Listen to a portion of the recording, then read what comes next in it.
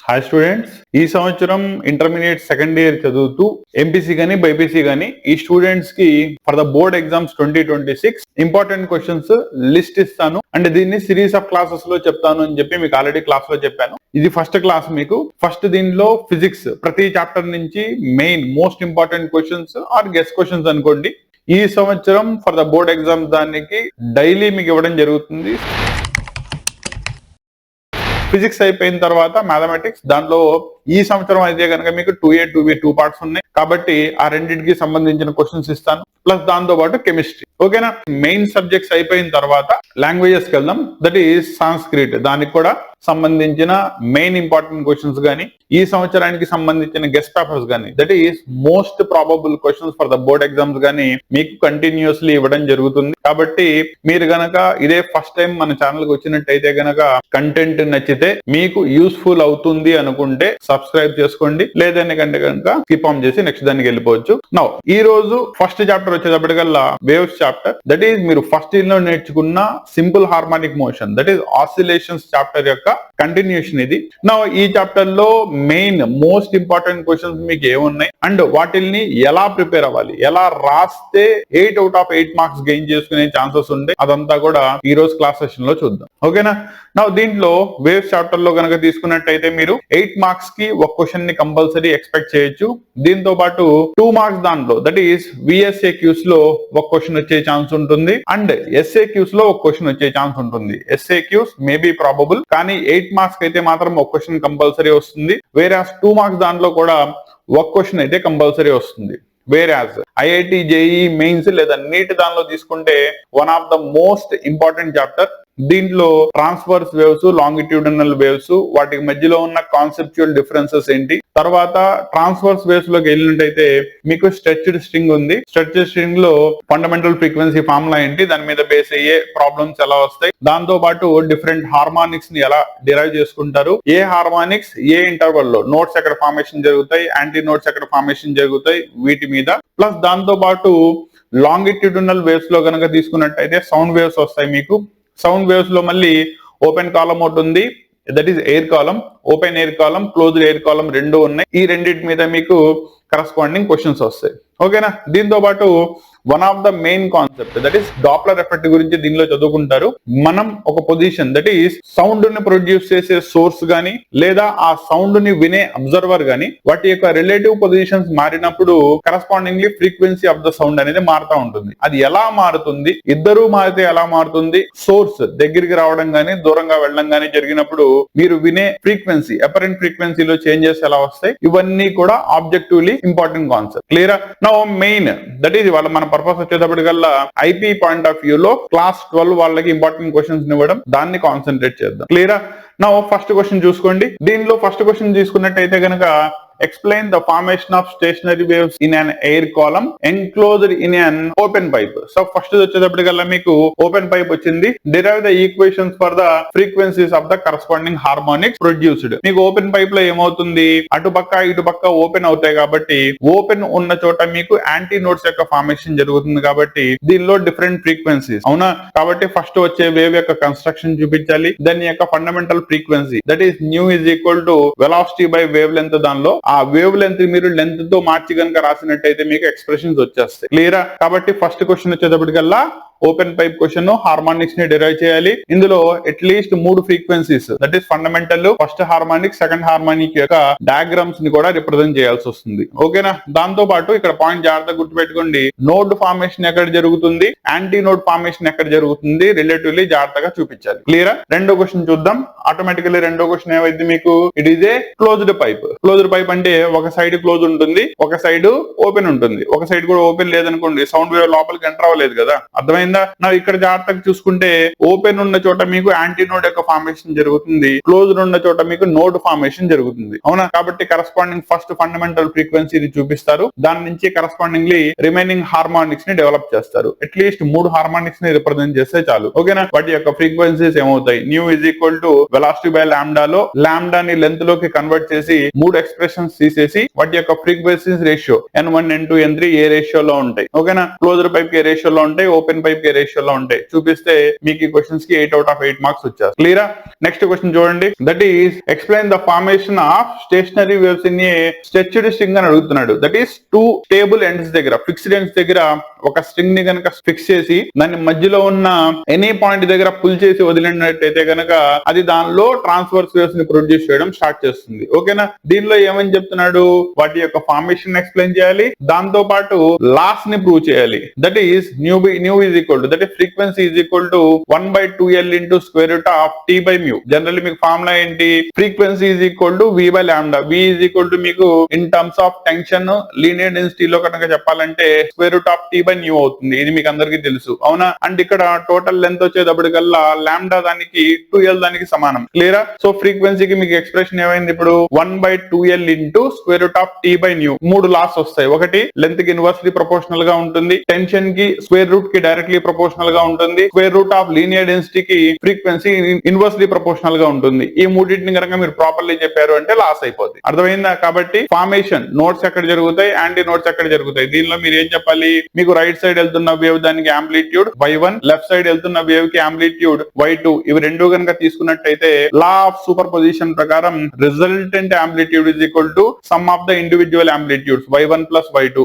దాన్ని చిన్న small trigonometric concepts కనుక యూజ్ చేసినట్టయితే మీకు యాంప్లిట్యూడ్ ఫంక్షన్ సెపరేట్ అయిపోతాయి. That is amplitude phase. ఆ యాంప్లిట్యూడ్ లో ఎక్కడ నోడ్ ఫార్మేషన్ జరుగుతుంది, ఎక్కడ యాంటీ నోడ్ ఫార్మేషన్ జరుగుతుంది, పొజిషన్స్ చెప్పారు అంటే స్టేషనరీ వేవ్స్ యొక్క ఫార్మేషన్ అయిపోతుంది. దస్ దాంతో పాటు లాస్ చెప్పాలి. క్లియరా? మీరు నోట్స్ అండ్ యాంటీ నోట్స్ యొక్క ఫార్మేషన్ చెప్పినందుకు 5 మార్క్స్, 3 లాస్ ని చెప్పినందుకు 3 మార్క్స్, టోటల్లీ మీకు 8 మార్క్స్ ఈజీలీ వచ్చేస్తాయి. కాన్సెప్ట్ అర్థమైందా? నెక్స్ట్ క్వశ్చన్ కి వెళ్దాం. చెప్పాను కదా మీకు దీనిలో డాప్లర్ ఎఫెక్ట్ చాలా ఇంపార్టెంట్ కాన్సెప్ట్ అని. సో క్వశ్చన్ చూడండి. డాప్లర్ ఎఫెక్ట్ అంటే ఏంటి అన్నాడు. That is relative positions of the object గానీ లేదా సోర్స్ గానీ మారినట్టయితే రిలేటివ్ పొజిషన్ అపరెంట్ ఫ్రీక్వెన్సీలో మార్పు వస్తుంది. దాన్నే డాప్లర్ ఎఫెక్ట్ అంటారు. దీనిలో ఎక్స్ప్రెషన్ ఫర్ ద ఫ్రీక్వెన్సీ చెప్పాలి. అపరెంట్ ఫ్రీక్వెన్సీ ఎప్పుడు? When source is in motion and observer is at rest. Clarity వచ్చిందా? సో ఇక్కడ ఏం చెప్తారు? సోర్స్ మూవ్ అవుతుంది, అబ్జర్వర్ రెస్ట్ లో ఉన్నాడు. సోర్స్ మూవ్ అయ్యేటప్పుడు కూడా మీకు 2 ఆప్షన్స్ ఉంటాయి. టువర్డ్స్ అబ్జర్వర్ మూవ్ అవ్వచ్చు, away from the observer move అవ్వచ్చు. ఓకేనా? అంటే అబ్జర్వర్ కి దగ్గరగా వెళ్ళడం, అబ్జర్వర్ కి దూరంగా రావడం. అబ్జర్వర్ కి దగ్గరలో వెళ్ళారనుకోండి ఫ్రీక్వెన్సీ ఆఫ్ ద సౌండ్ అనేది పెరుగుతుంది. వేరాజ్ అబ్జర్వర్ నుంచి దూరంగా వెళ్తున్నట్టయితే ఫ్రీక్వెన్సీ ఆఫ్ ద సౌండ్ తగ్గుతుంది. ఈ చేంజెస్ ని మీరు రెండు కనుక రిప్రజెంట్ చేస్తే ఒకదానికి డెరైవ్ చేయండి, సైన్ మారిస్తే రెండోది వచ్చేస్తుంది. మీరు టువర్డ్స్ ప్రూవ్ చేయండి, అవునా? టువర్డ్స్ ప్రూవ్ చేస్తే దాని నుంచి అవే ఎలా ప్రూవ్ చేస్తారు? దాని యొక్క సైన్ మారుతుంది. దీన్ని కనుక అబ్జర్వ్ చేసుకున్నట్టయితే టువర్డ్స్ అవే 2 సిచ్యువేషన్స్ మీకు వచ్చేస్తాయి. క్లియరా?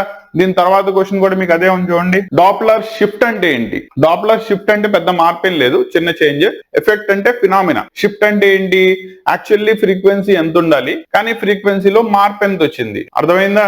That is nothing but actual frequency minus changed frequency కనుక తీసుకున్నట్టయితే దాన్నే మీరు డాప్లర్ షిఫ్ట్ అంటారు. దీనిలో కూడా మీకు ఏమని చెప్పాడు? ఈసారి observer is motion, source is at rest. Observer move అవుతున్నాడు, సోర్స్ రెస్ట్ లో ఉంది. మళ్ళీ అబ్జర్వర్ కూడా 2 పొజిషన్స్ పాసిబుల్. సోర్స్ కి దగ్గరగా వెళ్ళొచ్చు లేదా సోర్స్ నుంచి దూరంగా రావచ్చు. దీనిలో కూడా ఒకదానికి ఒకటి సైన్ లో మాత్రమే మార్పు ఉంటుంది, ఎక్స్ప్రెషన్ సేమ్ వస్తుంది. క్లియరా? సో ఇలా మీకు ఈ చాప్టర్ నుంచి 8 marks questions, most important questions. దాంట్లో ఒక క్వశ్చన్ కంపల్సరీగా వస్తుంది. ఓకేనా? చదివేటప్పుడు కాన్సెప్చువల్లీ చదవండి, బట్టి పట్టమాకండి. ఎంతని బట్టి పడతారు? బట్టి పెట్టారనుకోండి ఈ చాప్టర్ చదువుతారు, బాగానే ఉంటుంది. నెక్స్ట్ చాప్టర్కి వెళ్ళేటప్పటికల్లా ఈ చాప్టర్ వెళ్ళిపోతుంది. అర్థమైందా? ఎందుకంటే మన బ్రెయిన్ కూడా మనం కాన్సెప్చువల్లీ ఏదైతే చదువుతామో దాన్ని ప్రాపర్లీ స్టోర్ చేసుకుంటుంది, మగ్గప్ చేస్తే ఉండదు. క్లారిటీ వచ్చిందా? ఎందుకంటే రేపు బోర్డ్ ఎగ్జామ్స్ లో మీరు మంచి పర్ఫార్మెన్స్ చేయాలి అంటే చిన్న కాన్సెప్ట్, స్మాల్ కాన్సెప్ట్, ఓకేనా? డైలీ లైఫ్ లో మనం యూజ్ చేసే కాన్సెప్ట్స్, దాన్ని అప్లై చేసుకుంటూ చదవండి, చాలా ఈజీగా అర్థమవుతుంది. అండ్ మ్యాథమెటికల్ డెరివేషన్స్ కూడా ఈజీగా వస్తాయి. ఓకేనా? సో ఓవరాల్ గా ఈ చాప్టర్ లో కనుక చూసుకున్నట్టయితే మీకు 5 క్వశ్చన్స్ వచ్చినాయి. వరుస పెట్టి చూసినట్టయితే సౌండ్ వేవ్స్ దానికి ఓపెన్ పైప్ ఒకటి, క్లోజ్డ్ పైప్ ఒకటి. డాప్లర్ ఎఫెక్ట్ దానిలో సోర్స్ మూవ్ అయితే ఒకటి, అబ్జర్వర్ మూవ్ అయితే ఒకటి. తర్వాత స్టేషనరీ వేవ్స్ యొక్క ఫార్మేషన్, దాంతో పాటు దాని యొక్క 3 లాస్ ని ప్రూవ్ చేయడం. 5 క్వశ్చన్స్. పర్ఫెక్ట్లీ ప్రిపేర్ అవ్వండి. ఈ చాప్టర్ నుంచి వచ్చే 8 మార్క్స్ ఈజీలీ గెయిన్ చేసుకోవచ్చు. దీనిలో ఎక్కడైనా డౌట్ ఉంటే కనుక తెలుసు కదా, కామెంట్ చేయండి. మీ ప్రతి కామెంట్ కి నేను రిప్లై ఇస్తాను. ఓకేనా? Next chapter that is ray optics, దాంతో నెక్స్ట్ క్లాస్ లో మళ్ళీ కలుద్దాం.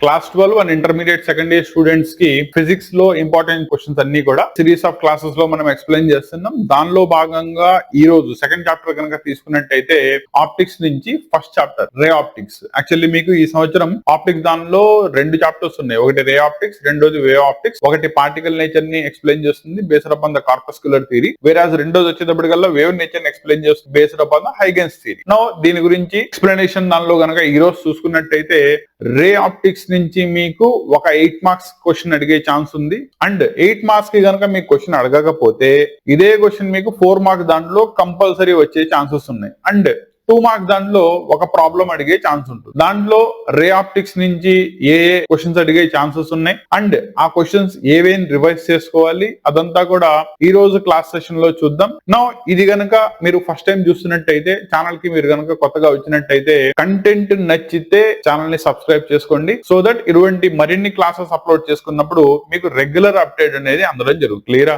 నెక్స్ట్ క్లాస్ సెషన్ లోకి వెళ్ళినట్టయితే రే ఆప్టిక్స్ నుంచి మీకు ఏ క్వశ్చన్స్ అడిగే ఛాన్సెస్ ఉన్నాయి, వాటిని ఎలా ఇంటర్ప్రిటేషన్ చేయాలి, దాన్నంతా కూడా ఈ రోజు క్లాస్ సెషన్ లో చూద్దాం. దాంట్లో ఫస్ట్ క్వశ్చన్ చూసుకున్నట్టయితే ఫస్ట్ క్వశ్చన్ వచ్చేటప్పటికల్లా కాంపౌండ్ మైక్రోస్కోప్, దట్ ఈస్ దాని యొక్క నీట్ డయాగ్రామ్ తో దాని యొక్క వర్కింగ్ ని ఎక్స్ప్లెయిన్ చేయమన్నాడు. ఓకేనా? యాక్చువల్లీ మీకు కాంపౌండ్ మైక్రోస్కోప్ వచ్చేటప్పటికల్లా దానిలో ఒక ఐ పీస్ ఉంటుంది, ఒకటి వచ్చేటప్పటికల్లా ఆబ్జెక్ట్ పీస్ ఉంటుంది. వీటి మధ్యలో డిస్టెన్స్ ని డీని వేరీ చేయడం వల్ల ద్వారా మీరు ఏదైతే ఆబ్జెక్ట్ ని మైక్రోస్కోపికల్లీ దట్ ఈస్ హయ్యర్ మ్యాగ్నిఫికేషన్ లో చూద్దాం అనుకున్నారో దాని యొక్క ఎన్లార్జ్డ్ ఇమేజ్ యొక్క ఫార్మేషన్ ని చేయొచ్చు. ఓకేనా?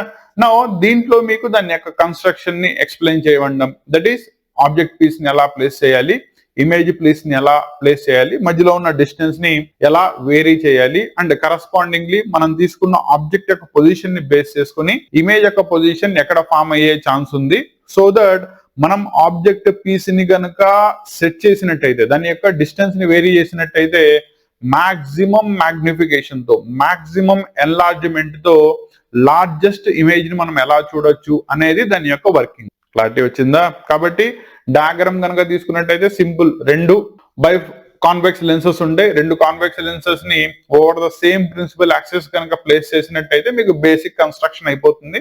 వర్కింగ్ ఆల్రెడీ ఎక్స్ప్లెయిన్ చేశాను. ఓకేనా? దానిలో రెండో పార్ట్ దట్ ఈస్ మ్యాగ్నిఫికేషన్ దగ్గరికి వచ్చేటప్పటికల్లా జనరల్లీ మ్యాగ్నిఫికేషన్ యొక్క ఫార్ములా ఏమవుతుంది, మనం తీసుకుంది లెన్సెస్ కాబట్టి V/U అంతేనా? That is image distance by object distance, లేదా వాటి యొక్క సైజ్ లో కనుక మాట్లాడినట్టయితే H'/H. వేరాజ్ దీంట్లో కనుక మీరు తీసుకున్నట్టయితే మ్యాగ్నిఫికేషన్స్ మీకు 3 మ్యాగ్నిఫికేషన్స్ కనబడతాయి. అవునా? ఒకటి ఆబ్జెక్ట్ పీస్ యొక్క మ్యాగ్నిఫికేషన్, రెండోది ఇమేజ్ పీస్ యొక్క magnification, overall compound microscope produce చేసే మ్యాగ్నిఫికేషన్. నా ఇక్కడ ME, M0 and overall magnification M, ఈ మూడిటికి డెరివేషన్స్ కనుక చేసినట్టయితే మ్యాగ్నిఫికేషన్ యొక్క డెరివేషన్ పార్ట్ బట్ వాటి యొక్క ఎక్స్ప్రెషన్స్ అయిపోతుంది. ఓకేనా? దీనిలో ఫైనల్ మ్యాగ్నిఫికేషన్ మనం ఎక్కడ దాకా ప్రూవ్ చేయాలి, M is equal to -V0/U, that is object యొక్క image distance divided by U object distance into 1 + D/FE. D అంటే రెండింటికి మధ్యలో ఉండే డిస్టెన్స్, FE వచ్చేటప్పటికల్లా ఐపీస్ యొక్క ఫోకల్ లెంత్. క్లియరా? నా మ్యాగ్నిఫికేషన్ మీకు రేషియో కాబట్టి దీనికి యూనిట్స్ అంటూ ఏముండవు. సో ఇక్కడ దాకా మీరు కనుక డెరివేషన్ చేసుకున్నట్టయితే దీని నుంచి వచ్చే 8 మార్క్స్ ని ఈజీలీ గెయిన్ చేసుకోవచ్చు. క్లారిటీ వచ్చిందా? సో మళ్ళీ ఎక్స్ప్లెయిన్ చేస్తున్నాను. కాంపౌండ్ మైక్రోస్కోప్ యొక్క కన్స్ట్రక్షన్ వచ్చేటప్పటికల్లా 2 బై కాన్వెక్స్ లెన్సెస్ ని with an adjustable and variable D వాల్యూలో over the same principal axis కనుక మెన్షన్ చేసినట్టయితే దాని యొక్క డయాగ్రామ్ అయిపోతుంది. నెక్స్ట్ వర్కింగ్ వచ్చేటప్పటికల్లా మాక్సిమం ఎన్లార్జ్డ్ ఇమేజ్ ఫార్మేషన్ చేయడానికి ఆబ్జెక్ట్ పీస్ ని ఇమేజ్ పీస్ ని ఎలా ప్లేస్ చేయాలో కనుక చెప్పినట్టయితే వర్కింగ్ అయిపోతుంది.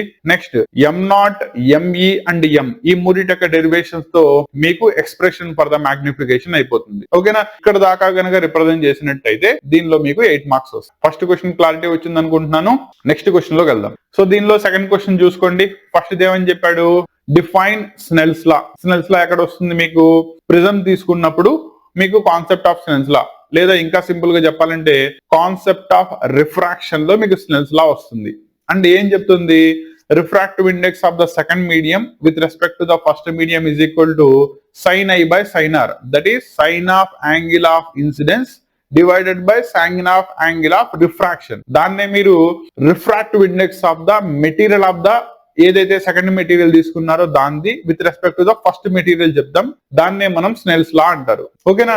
అండ్ ఈ కాన్సెప్ట్ మీకు దేనికి పనికి వస్తుందయ్యా అంటే, ప్రిజం లాంటి ఒక ఆప్టికల్ స్ట్రక్చర్ ఇచ్చినప్పుడు దాని మెటీరియల్ క్వార్ట్స్ తో తయారు చేయొచ్చు, గ్లాస్ తో తయారు చేయొచ్చు, ఆ మెటీరియల్ యొక్క రిఫ్రాక్టివ్ ఇండెక్స్ ఎంత దాన్ని ఫైండ్ అవుట్ చేయడానికి కాన్సెప్ట్ ఆఫ్ స్నెల్స్ లా అనేది పనికి వస్తుంది. నా జనరల్లీ మీరు ప్రిజం కనుక తీసుకున్నట్టయితే దానిలో మీకు ఎలా ఉంటుంది, కిందదేమో బోత్ సైడ్స్ వచ్చేటప్పటికల్లా రెండు ప్యారలల్, దట్ ఈస్ రెండు రెక్టాంగులర్ సర్ఫేసెస్ ఉంటాయి. ఆ రెక్టాంగులర్ సర్ఫేస్ ని కింద ఓవర్ ద ట్రయాంగులర్ సర్ఫేస్ కనుక పెట్టినట్టయితే కన్స్ట్రక్ట్ అయ్యేదాన్ని మీరు నార్మల్లీ ప్రిజం అంటారు. దీనిలో ఒక సైడ్ నుంచి లైట్ రే ని పాస్ చేస్తున్నప్పుడు ఇది ఇన్సిడెంట్ రే అవుతుంది, లోపలికి వెళ్ళిన తర్వాత రిఫ్రాక్టెడ్ రే అవుతుంది, మళ్ళీ ఇది బయటికి వచ్చినప్పుడు ఎమర్జెంట్ రే అవుతుంది. ఇది బేసిక్ కన్స్ట్రక్షన్ కనుక తీసుకున్నట్టయితే దీనిలో angle of minimum deviation, that is generally మీరు డిఫరెంట్ యాంగిల్ ఆఫ్ ఇన్సిడెన్సెస్ ని మార్చుకుంటా వెళ్ళినప్పుడు angle of emergence, that is angle of deviation. Angle of deviation అంటే ఏంటి, ఇన్సిడెంట్ రే ని ఎన్లార్జ్ చేసినప్పుడు ఎమర్జెంట్ రే దీన్ని ఒక పాయింట్ దగ్గర ఇంటర్సెక్ట్ చేస్తుంది. ఈ మధ్యలో ఫామ్ అయ్యే యాంగిల్ ఏదైతే ఉంటుందో దాన్ని యాంగిల్ ఆఫ్ డీవియేషన్ అంటారు. మీరు ఈ యాంగిల్ ఆఫ్ ఇన్సిడెన్స్ ని మార్చుకుంటా వెళ్ళినప్పుడు యాంగిల్ ఆఫ్ డీవియేషన్ తగ్గుతూ తగ్గుతూ తగ్గుతూ ఒక పాయింట్ దగ్గర మళ్ళీ రైజ్ అవ్వడం స్టార్ట్ అవుతుంది. సో ఆ కింద డిప్ ఏదైతే కనబడుతుందో దాన్ని యాంగిల్ ఆఫ్ మినిమం డీవియేషన్ అంటారు. ఆ యాంగిల్ ఆఫ్ మినిమం డీవియేషన్ దగ్గర both the angle of incidences I1 is equal to I2 కి సమానం అవుతుంది, R1 is equal to R2 కి సమానం అవుతుంది. ఆ కండిషన్ లో మీరు రిఫ్రాక్టివ్ ఇండెక్స్ ని కనుక ఫైండ్ అవుట్ చేసుకున్నట్టయితే mu is equal to sin A plus dm by 2 by sin A by 2 అని ఫార్ములా వస్తుంది. That is sin I place లో A plus dm by 2 వస్తుంది, వేరే R ప్లేస్ లో A by 2 అనే కాన్సెప్ట్ వస్తుంది. వేర్ ఇక్కడ A వచ్చేటప్పటికల్లా యాంగిల్ ఆఫ్ ద ప్రిజం అవుతుంది, డిఎం వచ్చేటప్పటికల్లా ఇందాక చెప్పాను కదా యాంగిల్ ఆఫ్ మినిమం డీవియేషన్ ఒక పాయింట్ దగ్గర కనబడుతుంది అని, ఆ యాంగిల్ ఆఫ్ మినిమం డీవియేషన్ ని డిఎం తో ఇండికేట్ చేస్తారు. ఇలా ఈ ఫార్ములాలో కనుక సబ్స్టిట్యూట్ చేసినట్టయితే మీరిచ్చిన ప్రిజం ఏ మెటీరియల్ తో తయారైందో ఆ మెటీరియల్ యొక్క రిఫ్రాక్టివ్ ఇండెక్స్ ని ఈజీలీ ఫైండ్ అవుట్ చేయడానికి పనికొస్తుంది. క్లారిటీ వచ్చిందా? నా ఇక్కడ దాకా స్నెల్స్ లా అంటే ఏంటో రాసి ఒక నీట్ డయాగ్రామ్ ప్రిజం ది కన్స్ట్రక్ట్ చేసి దానిలో incident ray, emergent ray, refracted ray మూడింటిని ఇండికేట్ చేస్తూ యాంగిల్ ఆఫ్ మినిమం డీవియేషన్ ఎక్కడ వస్తుంది చూపిస్తూ డిఫరెంట్ పాసిబుల్ వాల్యూస్ దగ్గర, that is angle of minimum deviation దగ్గర కండిషన్స్ ఏమవుతాయి వీటిల్ని రాస్తూ mu is equal to sin A plus dm by 2 by sin A by 2 ఇక్కడ దాకా కనుక డెరివేషన్ చేసినట్టయితే మీకు రిఫ్రాక్టివ్ ఇండెక్స్ యొక్క ఎక్స్ప్రెషన్ అయిపోతుంది. ఈ పార్ట్ దాకా చేసినందుకు మీకు 6 మార్క్స్ అలాట్ చేస్తారు. కానీ క్వశ్చన్ వచ్చేటప్పటికల్లా మీకు ఏమని చెప్పాను, 8 మార్క్స్ అడుగుతాడు అని చెప్పాను, అవునా? సో 8 మార్క్స్ అడిగినప్పుడు ఇక్కడ దాకా 6 మార్క్స్ ఇస్తే 2 మార్క్స్ కి మీకు ప్రాబ్లం ఇస్తాడు. ప్రాబ్లం కూడా అంత tough problem JEE mains advance లెవెల్లో ఏమి ఇవ్వడు, బేసిక్ సబ్స్టిట్యూషన్ చేసేస్తే వచ్చే ప్రాబ్లమే ఇస్తారు. క్లియరా? ఫర్ అన్ ఎగ్జాంపుల్ ఒక ప్రాబ్లం ఇచ్చాను, జాగ్రత్తగా చూసుకోండి. A light ray after passing through a medium meets the surface separating the medium from the air. అంటే రెండింటిని సెపరేట్ చేసే మీడియం, ఒక పక్కనేమో ఎయిర్ మీడియం ఉంది, ఒక పక్కనేమో వేరే మీడియం తీసుకున్నారు. యాంగిల్ ఎంత చేస్తుందంట, 45 degrees యాంగిల్ చేస్తుంది. అంటే మీకు ఇక్కడ డెన్సర్ మీడియం నుంచి రేరర్ మీడియం వైపు వస్తుంది. ఓకేనా? జనరల్లీ డెన్సర్ మీడియం నుంచి రేరర్ మీడియం వైపు వచ్చేటప్పుడు ఏం జరుగుతుంది, light ray bends towards the normal జరుగుతుంది. యాంగిల్ ఎంత వచ్చింది, 45 degrees ఇచ్చేసాడు. Now what is the refractive index of the medium, that is mu is equal to sin I by sin R ఫార్ములాని వాడితే మీకు వచ్చేస్తుంది. కాకపోతే రివర్స్ లో జరిగింది కాబట్టి mu is equal to sin R by sin I వాడండి, అయిపోయింది. సింపుల్ ప్రాబ్లం చెప్పాను కదా, జస్ట్ సబ్స్టిట్యూషన్ కనుక చేసుకున్నట్టయితే వచ్చేసేలానే ఉంటాయి. కాబట్టి 2 మార్క్స్ వచ్చే ప్రాబ్లమ్స్ కి దాన్ని ఏదో భయంకరంగా తీసుకుని ఐఐటి మెయిన్స్ అడ్వాన్స్ లెవెల్లో వస్తాయని చెప్పి బాధపడాల్సిన అవసరం లేదు. మీకు బేసిక్ సబ్స్టిట్యూషన్, దట్ ఈస్ మీకు ఏదైతే ఫార్ములా డెరైవ్ చేయమని ఇస్తాడో దానికి రిలేటెడ్ గానే ప్రాబ్లమ్స్ ఉంటాయి. క్లియరా? కాబట్టి ఆ ప్రాబ్లమ్ ని ఒకసారి జాగ్రత్తగా చూసుకోండి, ఈజీలీ సాల్వ్ చేసేయచ్చు. దీనికి మీకు 2 మార్క్స్ ఇవ్వడం జరుగుతుంది. క్లారిటీ వచ్చిందా? So 6 + 2 8 marks. సో ఈ చాప్టర్ నుంచి కనుక తీసుకున్నట్టయితే ఇవి రెండు మోస్ట్ ఇంపార్టెంట్ 8 మార్క్స్ క్వశ్చన్స్ అనమాట. సో ఒకటి కాంపౌండ్ మైక్రోస్కోప్ యొక్క కన్స్ట్రక్షన్, వర్కింగ్, దాంతో పాటు దాని యొక్క మ్యాగ్నిఫికేషన్ ని డిరైవ్ చేయడం. రెండోది వచ్చేటప్పటికల్లా స్నెల్స్ లా అంటే ఏంటో రాసి దాన్ని ప్రిజం కి అప్లై చేసి యాంగిల్ ఆఫ్ మినిమం డీవియేషన్ దగ్గర refractive index of the material of the prism ఎంత అవుతుందో ఫైండ్ అవుట్ చేయడం. దాంతో పాటు ఒక 2 మార్క్స్ కి ప్రాబ్లం ఒకటి ఇచ్చారు. క్లియరా? ఇవి చూసుకోండి. రే ఆప్టిక్స్ నుంచి గనక మీ క్వశ్చన్ ఇచ్చినట్టయితే కంపల్సరీ 8 మార్క్స్ గెయిన్ చేసుకునే ఛాన్సెస్ ఉంటాయి. లేదు 8 మార్క్స్ లో గనక మీకు క్వశ్చన్స్ ఇవ్వాలి, ఎందుకంటే మీకు అదర్ చాప్టర్స్ కూడా ఉన్నాయి. అవునా? న్యూక్లియర్ నుంచి ఒక క్వశ్చన్ అడగచ్చు, ప్లస్ కరెంట్ ఎలక్ట్రిసిటీ నుంచి ఒక క్వశ్చన్ అడగచ్చు. ఇవి గనక ఇచ్చినట్టయితే ఇదే క్వశ్చన్స్ ని మీకు 4 మార్క్స్ ఇస్తాడు. ఓకేనా? కాబట్టి కంపల్సరీ 8 మార్క్స్ లోనో 4 మార్క్స్ లోనో క్వశ్చన్ రావడం కంపల్సరీ. సో జాగ్రత్తగా చూసుకోండి. క్లియరా? దీనిలో స్టిల్ ఏమైనా డౌట్ ఉంటే కనుక తెలుసు కదా, కామెంట్ చేయండి. మీ ప్రతి డౌట్ కి నేను రిప్లై ఇవ్వడానికి ట్రై చేస్తాను, డెఫినెట్లీ ఇస్తాను. క్లియరా? నెక్స్ట్ క్లాస్ లో 2 చాప్టర్స్ అయిపోయినాయి కాబట్టి 3వ chapter, that is wave optics, దాంతో నెక్స్ట్ క్లాస్ లో కలుద్దాం. ఇప్పుడు దాకా ఛానల్ కనుక సబ్స్క్రైబ్ చేసుకోకపోతే, ప్యాటర్న్ నచ్చి కంటెంట్ నచ్చి సార్ చెప్పే క్లాసెస్ బాగున్నాయి అనుకుంటే ఎంగేజ్ అవ్వండి. సో దట్ సబ్స్క్రైబ్ చేసుకోండి. పర్పస్ వచ్చేటప్పటికల్లా నెక్స్ట్ క్లాసెస్ నేను అప్లోడ్ చేసుకున్నప్పుడు ఇమీడియట్లీ మీకు నోటిఫికేషన్ అందుతుంది. క్లియరా? Current electricity one of the most important chapter. Compulsory దీని నుంచి చాయిసే లేదు. కంపల్సరీ క్వశ్చన్ వస్తుంది అంటే వస్తుంది. దానిలో కూడా మీరు ఏ క్వశ్చన్స్ మీద ఎక్కువ కాన్సన్ట్రేట్ చేయాలి, సో దట్ ఈ చాప్టర్ నుంచి వచ్చే 8 మార్క్స్ ని మిస్ అవ్వకుండా. ఆల్రెడీ మనం వేవ్ చాప్టర్ డిస్కస్ చేసాం. దాంట్లో 8 మార్క్స్ కి మెయిన్ ఇంపార్టెంట్ 5 క్వశ్చన్స్ ని కవర్ చేసాం. వాటిల్లో డాప్లర్ ఎఫెక్ట్ మీద 2 క్వశ్చన్స్, నెక్స్ట్ స్టాటిస్టిక్స్ మీద 1 క్వశ్చన్, ఫైనల్లీ వచ్చేటప్పటికల్లా సౌండ్ వేవ్స్ దాంట్లో ఓపెన్ పైప్ ఒకటి, క్లోజ్ పైప్ ఒకటి డిస్కస్ చేసాం. వీటిని ప్రాపర్లీ చూసుకోండి, మీకు కంపల్సరీగా ఒక 8 మార్క్స్ క్వశ్చన్ వస్తుంది. ఓకేనా? 2వ చాప్టర్ రే ఆప్టిక్స్, 2 క్వశ్చన్స్ ఉన్నాయి దానిలో. ఒకటి స్నెల్స్ లా ని ఎక్స్ప్లెయిన్ చేస్తూ refractive index of the material of the prism ని ఫైండ్ అవుట్ చేయడం. రెండోది వచ్చేటప్పటికల్లా కాంపౌండ్ మైక్రోస్కోప్ యొక్క కన్స్ట్రక్షన్ ని ఎక్స్ప్లెయిన్ చేసి దాని యొక్క వర్కింగ్ ని ప్రూవ్ చేస్తూ magnification of the overall compound microscope యొక్క డెరివేషన్ తీసుకురావడం. ఇక్కడ దాకా మనం డిస్కస్ చేసాం. దాంట్లో 8 మార్క్స్, దానిలో next question and one of the most important question, both objectively తీసుకున్నా లేదా ఐపీ వైస్ తీసుకున్నా కూడా, దట్ ఈస్ కరెంట్ ఎలక్ట్రిసిటీ. ఓకేనా? ఈ సంవత్సరం మనం ఎలక్ట్రిసిటీలో 2 చాప్టర్స్ చదువుతాం. ఒకటి స్టాటిక్ ఎలక్ట్రిసిటీ, రెండోది కరెంట్ ఎలక్ట్రిసిటీ. నా ఎలక్ట్రోస్టాటిక్స్ లో మళ్ళీ 2 చాప్టర్స్ ఉన్నాయి. యాక్చువల్లీ ఓవరాల్ గా మొత్తం కలిపి ఒకటే చాప్టర్, 4 పార్ట్స్ చదువుకుంటారు. ఒకటి కూలూమ్స్ లా, రెండోది electric field and Gauss law, next వచ్చేటప్పటికల్లా ఎలక్ట్రిక్ పొటెన్షియల్స్, కెపాసిటెన్సెస్. మనం వాటిని 2 చాప్టర్స్ కింద డిస్ట్రిబ్యూట్ చేసి ఇచ్చాడు. అది ఎలక్ట్రోస్టాటిక్స్ కిందకి వస్తుంది. నెక్స్ట్ వచ్చేటప్పటికల్లా flowing electricity, that is current ఎలక్ట్రిసిటీలో కనుక వచ్చినట్టయితే ఈ చాప్టర్ నుంచి మీకు మెయిన్ గా 3 క్వశ్చన్స్ ఉన్నాయి. ఒకటి Kirchhoff's laws, that is Kirchhoff's 2 laws ని రాయడం అండ్ వాటిల్ని ఉపయోగిస్తూ వీట్ స్టోన్ బ్రిడ్జ్ యొక్క కన్స్ట్రక్షన్ అండ్ దాన్ని ఉపయోగించి ఒక రెసిస్టెన్సెస్ ని 4 రెసిస్టెన్సెస్ ని ఎలా కంపేర్ చేయొచ్చు, దాంట్లోనే ఒక రెసిస్టెన్స్ గనక అన్నోన్ రెసిస్టెన్స్ అయితే ఎలా ఫైండ్ అవుట్ చేయొచ్చు, ఇది ఒక క్వశ్చన్ వస్తుంది. మిగతా 2 క్వశ్చన్స్ వచ్చేటప్పటికల్లా పొటెన్షియోమీటర్ మీద బేస్ అయి వస్తాయి. ఓకేనా? కాబట్టి current electricity one of the most important chapter. Compulsory దీని నుంచి చాయిసే లేదు. కంపల్సరీ క్వశ్చన్ వస్తుంది అంటే వస్తుంది. దానిలో కూడా మీరు ఏ క్వశ్చన్స్ మీద ఎక్కువ కాన్సన్ట్రేట్ చేయాలి, సో దట్ ఈ చాప్టర్ నుంచి వచ్చే 8 మార్క్స్ ని మిస్ అవ్వకుండా. క్లియరా? Remaining question, that is 4 marks questions, 2 marks, 1 mark question next classes లో మనం డిస్కస్ చేయబోతున్నాం. అండ్ వీటి యొక్క ఎక్స్ప్లెనేషన్స్ కూడా వస్తాయి. దాంట్లో 1 by 1 క్వశ్చన్స్ ఈ రోజు కరెంట్ ఎలక్ట్రిసిటీ చాప్టర్ మీద కనుక చూసినట్టయితే, దానిలో ఫస్ట్ క్వశ్చన్ చూసుకోండి. మీకు ఆల్రెడీ చెప్పాను కదా, state Kirchhoff's laws. That is ఒక ఎలక్ట్రికల్ నెట్వర్క్ లో మోర్ దెన్ 2 ఎలక్ట్రికల్ సప్లైస్ ఉన్నప్పుడు certain amount of currents with a potential difference and corresponding resistors flow అవుతున్నప్పుడు అక్కడ మనం 2 కిర్చాఫ్స్ లాస్ ని ఫైండ్ అవుట్ చేయొచ్చు. దీన్ని ఉపయోగించి ఓవరాల్ గా ఈ కరెంట్స్ అన్ని కలిసే జంక్షన్ దగ్గర ఓవరాల్ గా కరెంట్ ఎంత ఉంటుంది లేదా పొటెన్షియల్ డిఫరెన్స్ ఎంత ఉంటుంది, రెసిస్టెన్స్ ని ఎలా ఫైండ్ అవుట్ చేయొచ్చు, ఇవన్నీ కూడా దీనిలో కవర్ చేయాలి. క్లియరా? నా కిర్చాఫ్స్ లాస్ కనుక చూసుకున్నట్టయితే దీనిలో 2 లాస్ ని మనం రాయాల్సి వస్తుంది. ఒకటి జంక్షన్ లా లేదా దాన్నే కరెంట్ లా అంటారు. మల్టిపుల్ కనెక్టర్స్ ని ఒక పాయింట్ దగ్గర కలిపినప్పుడు ఓవరాల్ గా వీటి నుంచి వచ్చే some of the electric currents inflow ఎంతైతే ఉందో జంక్షన్ కి, అవుట్ ఫ్లో కూడా అంతే ఉంటుంది. అంటే ఎన్నైతే కరెంట్స్ లోపలికి వస్తాయో సేమ్ అమౌంట్ ఆఫ్ కరెంట్ బయటికి వెళ్తుంది.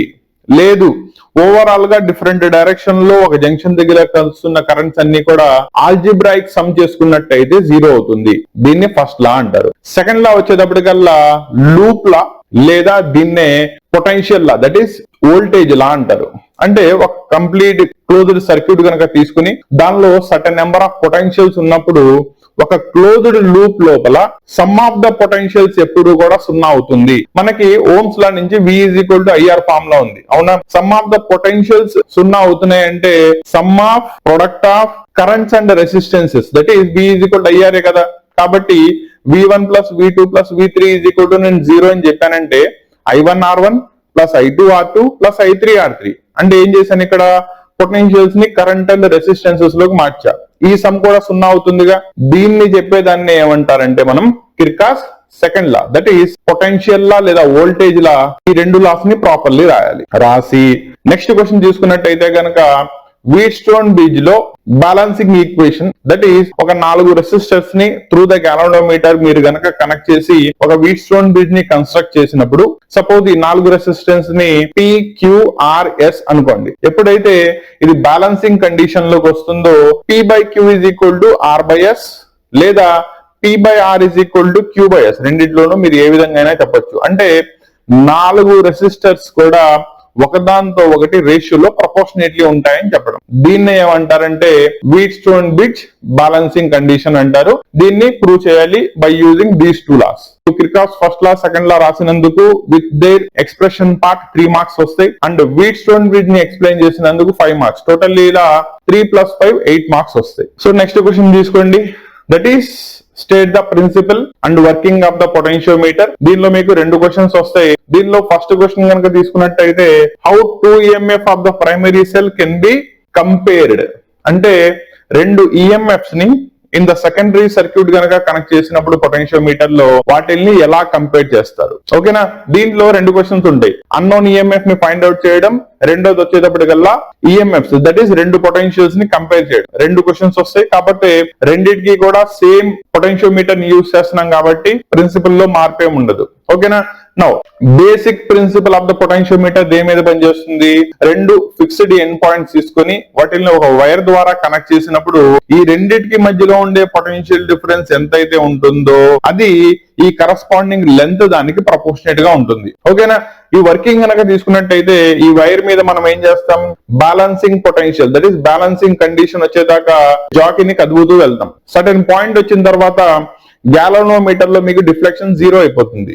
0 అయినప్పుడు జనరల్లీ మనం 1 మీటర్ లెంత్ ఉన్న వైర్ ని తీసుకుంటాం దట్ ఈస్ 100 సెంటీమీటర్స్. దీంట్లో సపోజ్ ఒక 65 దగ్గర ఫస్ట్ బ్యాలెన్సింగ్ వచ్చినట్టయితే L1 = 65 అయినట్టయితే 100 నుంచి 65 తీసేయండి 35 దట్ ఈస్ L2 అవుతుంది. నౌ మీరు ఇక్కడ కంపేర్ చేసేటప్పుడు పొటెన్షియోమీటర్ లో E1 E2 2 నోన్ EMFs గనక తీసుకున్నట్టయితే L1 L2 వాటి యొక్క కరస్పాండింగ్ లెంత్ కనుక బ్యాలెన్సింగ్ కండిషన్ లో తీసుకున్నట్టయితే E1/E2 = L1/L2 అవుతుంది అని చెప్పేదాన్నే పొటెన్షియోమీటర్ యొక్క బ్యాలెన్సింగ్ కండిషన్ అంటారు. నో ఇక్కడ E1 E2 2 వాల్యూస్ ఇచ్చారనుకోండి ఇది కంపారిజన్ కి పనికి వస్తుంది. లేదు E1 ఒకటే ఇచ్చాడు E2 ఇవ్వలా L1 L2 find out చేయొచ్చుగా. కాబట్టి ఫార్ములాలో సబ్స్టిట్యూట్ చేసుకున్నట్టయితే అన్నోన్ EMF ని ఫైండ్ అవుట్ చేయడానికి కూడా పనికి వస్తుంది. కాబట్టి పొటెన్షియోమీటర్ మీకు 2 విధాలుగా పనికి వస్తుంది. ఒకటి 2 EMFs ని కంపేర్ చేయడానికి based upon the ratios L1 L2 ratio and ఒక నోన్ EMF ఇచ్చి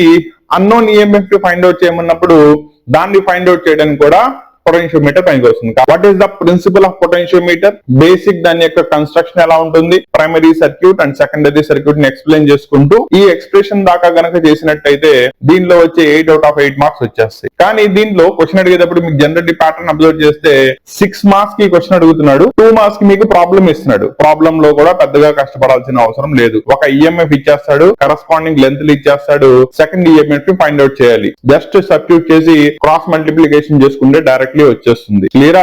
ఇది EMF మీద క్వశ్చన్. ఇలా ఓవరాల్ గా తీసుకున్నట్టయితే కరెంట్ ఎలక్ట్రిసిటీ నుంచి మీకు 8 మార్క్స్ దానికి ఓవరాల్ గా 3 క్వశ్చన్స్ ఎక్స్పెక్ట్ చేయొచ్చు. ఒకటి Kirchhoff laws and construction working of the Wheatstone bridge up to its balancing condition. రెండో క్వశ్చన్ వచ్చేటప్పటికల్లా పొటెన్షియోమీటర్ దాని యొక్క ప్రిన్సిపల్ అండ్ వర్కింగ్ ఎక్స్ప్లెయిన్ చేసుకుంటూ 2 EMFs ని కంపేర్ చేయడం గానీ అన్నోన్ EMF ని ఫైండ్ అవుట్ చేయడం గానీ అడుగుతారు. క్లియరా.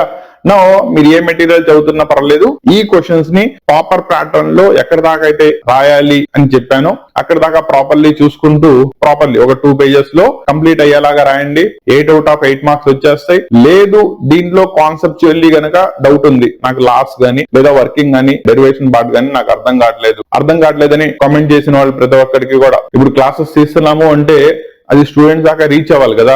మీ దాకా రీచ్ అవుతుందని నాకు ఎలా తెలుస్తుంది? నాకు ఇది అర్థం కాలేదు సార్ చెప్పండి అంటే, ఇప్పుడు నా క్లాస్ లో తీసుకున్నారు 40 మంది పిల్లలు, 40 మంది పిల్లల్లో ఒక కాన్సెప్ట్ చేసుకుంటూ వెళ్ళిన తర్వాత ఒక్కొక్క స్టూడెంట్ కి ఒక్కొక్క పాయింట్ దగ్గర డౌట్ వస్తుంది. ఓకేనా సార్ నాకు ఇది డౌట్ ఉంది అని అడిగితే కదా మాకు తెలిసేది. ఆ ప్రతి డౌట్ ని నేను ఎక్స్ప్లెయిన్ చేయలేకపోయాను అనుకోండి, యాజ్ ఎ టీచర్ నేను ఫెయిల్ అయినట్టు, అవునా? కాబట్టి నీకు ఒక పద్ధతిలో అర్థం కాకపోతే దానికి వేరే పద్ధతిలో అయినా నీ కాన్సెప్ట్ ని అర్థమయ్యేలా ఎక్స్ప్లెయిన్ చేయడం నా బాధ్యత. క్లియరా? కాబట్టి దీంట్లో ఎటువంటి డౌట్స్ ఉన్నా కూడా ఎటువంటి మొహమాటం లేకుండా కింద కామెంట్ లో తెలియజేయండి. మీ ప్రతి డౌట్ కి నేను రెస్పాండ్ అవుతాను. నా దీంతో కనుక తీసుకున్నట్టయితే 3 చాప్టర్లు అయిపోయినాయి. That is important questions 8 marks series లో. లాస్ట్ లో ఇంకా న్యూక్లియర్ చాప్టర్ ఉంది. న్యూక్లియర్ చాప్టర్ ని మీకు నెక్స్ట్ క్లాస్ లో ఎక్స్ప్లెయిన్ చేస్తాను. క్లియరా? 8 మార్క్స్ సిరీస్ లో last chapter that is nuclear. So ఈ చాప్టర్ ని కూడా క్లియర్ గా చూసుకోండి. One of the easiest chapter and compulsory question వస్తుంది 8 మార్క్స్ కి. ఒకటి వచ్చేటప్పటికల్లా న్యూక్లియర్ రియాక్టర్ యొక్క కన్స్ట్రక్షన్ అండ్ వర్కింగ్ మీద, రెండోది artificial radio activity and artificial radio యాక్టివిటీని ఉపయోగించుకుని లా ఆఫ్ డిసింటిగ్రేషన్ ఎక్స్ప్లెయిన్ చేయడం. దీంతో పాటు అప్పుడప్పుడు మీకు మాస్ డిఫెక్ట్ అంటే ఏంటి, బైండింగ్ ఎనర్జీ అంటే ఏంటి, బైండింగ్ ఎనర్జీ పర్ న్యూక్లియర్ అంటే ఏంటి, దీని మీద కూడా క్వశ్చన్స్ అడుగుతున్నాడు. కాబట్టి ఒకసారి జాగ్రత్తగా చూసుకోండి. నా 1 by 1 క్వశ్చన్స్ ని డిస్కస్ చేద్దాం. అండ్ ఆబ్జెక్టివ్లీ వచ్చేటప్పటికల్లా న్యూక్లియర్ చాప్టర్ నుంచి అడిగినప్పుడు దీంట్లో స్టెల్లార్ ఎనర్జీ, దీని మీద కూడా 4 మార్క్స్ క్వశ్చన్ ఎక్స్పెక్ట్ చేయొచ్చు. స్టెల్లార్ ఎనర్జీలో మళ్ళీ మీకు 2 ఉంటాయి, nitrogen cycle, carbon nitrogen cycle. దీని మీద కూడా మీకు క్వశ్చన్స్ అడుగుతున్నాడు. That is hydrogen cycle and carbon hydrogen cycle. దీన్ని కూడా ఒకసారి ప్రాపర్లీ చూసుకోండి. నో 1 by 1 గనక దీనిలో వచ్చే మెయిన్ క్వశ్చన్స్ ని డిస్కస్ చేసుకుంటే దీనిలో ఫస్ట్ క్వశ్చన్ చూద్దాం. That is principle and working of the nuclear reactor with the help of a labelled neat diagram. దీనిలో డయాగ్రామ్ చాలా ఇంపార్టెంట్. ఏం లేదు, బేసిక్ ఒక క్యూబికల్ స్ట్రక్చర్ ఉంటుంది. That is external shield. దాని లోపల న్యూక్లియర్ రియాక్టర్ ని చూపిస్తూ కూలెంట్ ఎక్కడ ఉంటుంది, కంట్రోలింగ్ రాడ్స్ ఎక్కడ ఉంటాయి, మాడ్యులేటర్ ఎలా సర్క్యులేట్ అవుతుంది, మనం కరస్పాండింగ్ ఫ్యూయల్ ని ఎక్కడ తీసుకోవాలి, దీన్ని కనుక ప్రాపర్లీ రిప్రజెంట్ చేసినట్టయితే మీకు న్యూక్లియర్ రియాక్టర్ యొక్క బేసిక్ కన్స్ట్రక్షన్ అయిపోతుంది. నా దీనిలో 1 by 1 వద్దాం. క్లియరా? ఫస్ట్ చూసుకోండి. దట్ ఈస్ న్యూక్లియర్ రియాక్టర్ యొక్క ప్రిన్సిపల్. ఏ ప్రిన్సిపల్ మీద బేస్ అయ్యి న్యూక్లియర్ రియాక్టర్ పనిచేస్తుంది? న్యూక్లియర్ రియాక్టర్ సింపుల్ కాన్సెప్ట్ మీద పనిచేస్తుంది. That is nuclear fission reactions. Generally nuclear reactions మనకి 2 types, nuclear fission, nuclear fusion. Nuclear fission అంటే ఒక లార్జర్ న్యూక్లియస్ స్మాలర్ న్యూక్లియస్ కింద బ్రేక్ అయితే దాన్ని న్యూక్లియర్ ఫిజన్ రియాక్షన్స్ అంటారు. చిన్నవి కలిసి పెద్ద న్యూక్లియస్ ని ఫామ్ చేసినట్టయితే న్యూక్లియర్ ఫ్యూజన్ అంటారు. వేరాస్ 2 స్మాలర్ హైడ్రోజన్ ఆటమ్స్ ని కంబైన్ చేసి కరస్పాండింగ్ హైడ్రోజన్ న్యూక్లియస్ ని, దట్ ఈస్ ఆటమ్ ని ఫామ్ చేస్తే అది న్యూక్లియర్ ఫ్యూజన్ దానిలో వస్తుంది. రెండింటిలోనూ దేనిలో అయినా కూడా ఇనార్మస్ అమౌంట్ ఆఫ్ ఎనర్జీ అనేది రిలీజ్ అవుతుంది, హీట్ ఎనర్జీ. ఈ హీట్ ఎనర్జీని మనం ఏం చేస్తామంటే డ్యూటీరియేటెడ్ వాటర్ ని సర్క్యులేట్ చేసి దాన్ని స్టీమ్ కింద కన్వర్ట్ చేస్తాం. ఈ స్టీమ్ అనేది కరస్పాండింగ్ డైనమో అంటే ఏంటంటే మెకానికల్ ఎనర్జీని ఎలక్ట్రికల్ ఎనర్జీ కింద కన్వర్ట్ చేసే మెషిన్ అన్నమాట.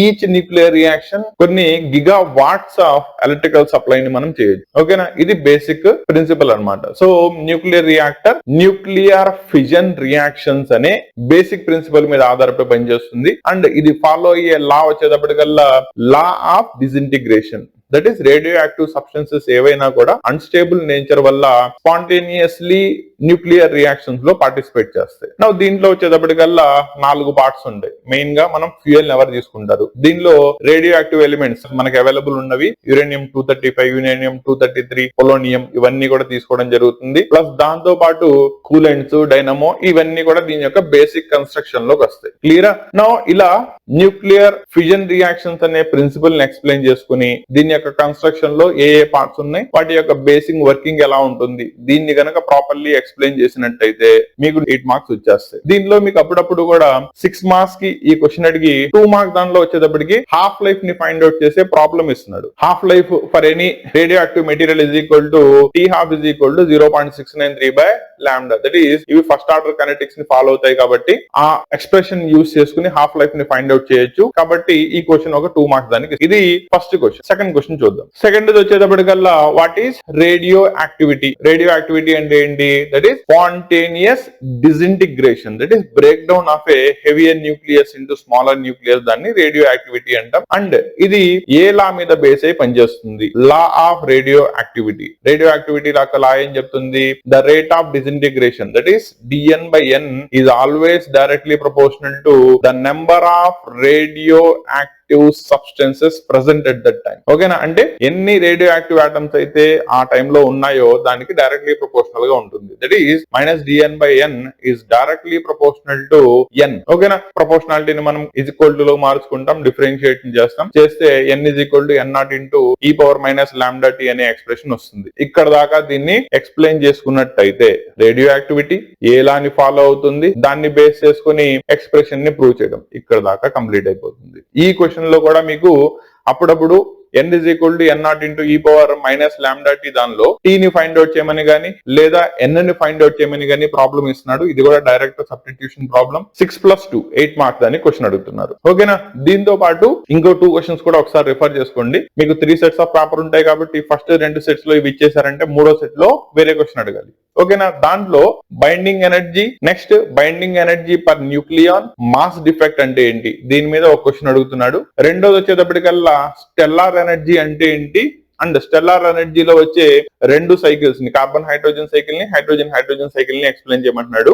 ఇవి జాగ్రత్తగా కనుక చూసుకున్నట్టయితే ఈ చాప్టర్ నుంచి వచ్చే మీకు 8 మార్క్స్ క్వశ్చన్స్ కవర్ అయిపోతాయి. రెండోది ఈజీలీ 8 మార్క్స్ ని గెయిన్ చేసుకోవచ్చు. సో ఓవరాల్ గా మీకు 8 మార్క్స్ క్వశ్చన్ దాంట్లో చూసుకున్నట్టయితే, దట్ ఈస్ సెక్షన్ సి లో తీసుకున్నట్టయితే 3 క్వశ్చన్స్ ఇస్తాడు, 2 క్వశ్చన్స్ రాయాలి. దానిలో ఒక క్వశ్చన్ వచ్చేటప్పటికల్లా వేవ్స్ నుంచి గానీ రే ఆప్టిక్స్ నుంచి గానీ అడిగే ఛాన్స్ ఉంటుంది. రెండోది కంపల్సరీలీ కరెంట్ ఎలక్ట్రిసిటీ నుంచి అడుగుతాడు. మూడోది వచ్చేటప్పటికల్లా న్యూక్లియర్ చాప్టర్. వేవ్స్ నుంచి 5 క్వశ్చన్స్ చెప్పాను, 5 పర్ఫెక్ట్లీ ప్రాక్టీస్ చేసుకోండి. దానిలో ఏమైనా డౌట్స్ ఉంటే కనుక అడగండి, ఎక్స్ప్లెయిన్ చేస్తాను. రెండోది రే ఆప్టిక్స్, 2 క్వశ్చన్స్ ఉంటాయి. Next current electricity, 2 questions actually. ఒకటి వచ్చేటప్పటికల్లా కిర్చాఫ్స్ లాస్ అండ్ దాన్ని బేస్ చేసుకుని కరస్పాండింగ్లీ బిట్స్ ని ఎక్స్ప్లెయిన్ చేయడం. దెన్ కమ్స్ పొటెన్షియోమీటర్, దాని యొక్క ప్రిన్సిపల్ ఏంటి, వర్కింగ్ ఏంటి, కంపారిజన్ దానికి లేదా ఫైండ్ అవుట్ చేయడానికి ఎలా పనికి వస్తుంది. ఇక్కడతో అయిపోతుంది.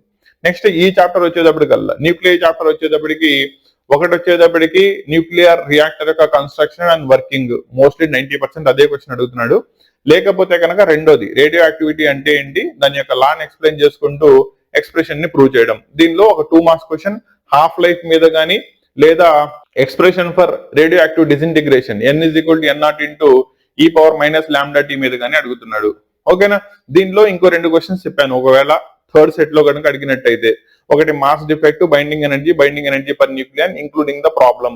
రెండోది వచ్చేటప్పటికల్లా స్టెల్లార్ ఎనర్జీ అంటే ఏంటి, దానికి ఉండే కరస్పాండింగ్ 2 సైకిల్స్ ని ఎక్స్ప్లెయిన్ చేయడం. ఇది ఓవరాల్ గా సెకండ్ ఇయర్ వాళ్ళకి 8 మార్క్స్ క్వశ్చన్స్ యొక్క ప్యాటర్న్. క్లియరా? దీనిలో ఏ క్వశ్చన్ అర్థం కాకపోయినా లేదు మీరు చదివేటప్పుడు ఈ పర్టికులర్ కాన్సెప్ట్ మాకు అర్థం కావట్లేదు అనుకున్నా కూడా ఎటువంటి మొహమాటం లేకుండా అడగండి, వాటిని ఎక్స్ప్లెయిన్ చేస్తాను. దీంతో మీకు LAQs అయిపోయినాయి కాబట్టి నెక్స్ట్ సిరీస్ లో 4 marks and 2 marks questions complete చేద్దాం. స్టిల్ ఇక్కడ దాకా మీకు ఏమైనా డౌట్ ఉంటే అడగండి. రెండోది ఈ ప్యాటర్న్, దట్ ఈస్ మీకు సపోర్ట్ చేయాలి అనే పర్పస్ తో ఏవైతే సిరీస్ ఆఫ్ క్లాసెస్, ఎందుకంటే నేను రిమైనింగ్ క్లాసెస్ చెప్తూ కూడా మీకు కూడా సపోర్ట్ అందించాలి అనే ఉద్దేశంతోనే ఈ క్లాసెస్ ని రికార్డ్ చేసి ఎడిట్ చేసి, దానికి టైం పడుతుంది కదా. ఓకేనా? మేము పెడుతున్న ఈ ఎఫర్ట్స్ మీకోసం, మేము స్పెండ్ చేస్తున్న ఈ టైం పర్పస్ఫుల్లీ మీ దాకా రీచ్ అయితే మీకు హెల్ప్ అవుతుంది అనుకుంటే ఛానల్ ని సబ్స్క్రైబ్ చేసుకోండి, సో దట్ నెక్స్ట్ కంటెంట్ మీకు అందుతుంది. అండ్ వాట్ ఎవర్ ప్యాటర్న్ లో ఏ పద్ధతులు అయితే మీరు సపోర్ట్ చేయగలరో, దట్ ఈస్ దీన్ని మీ ఫ్రెండ్స్ కి షేర్ చేయడం,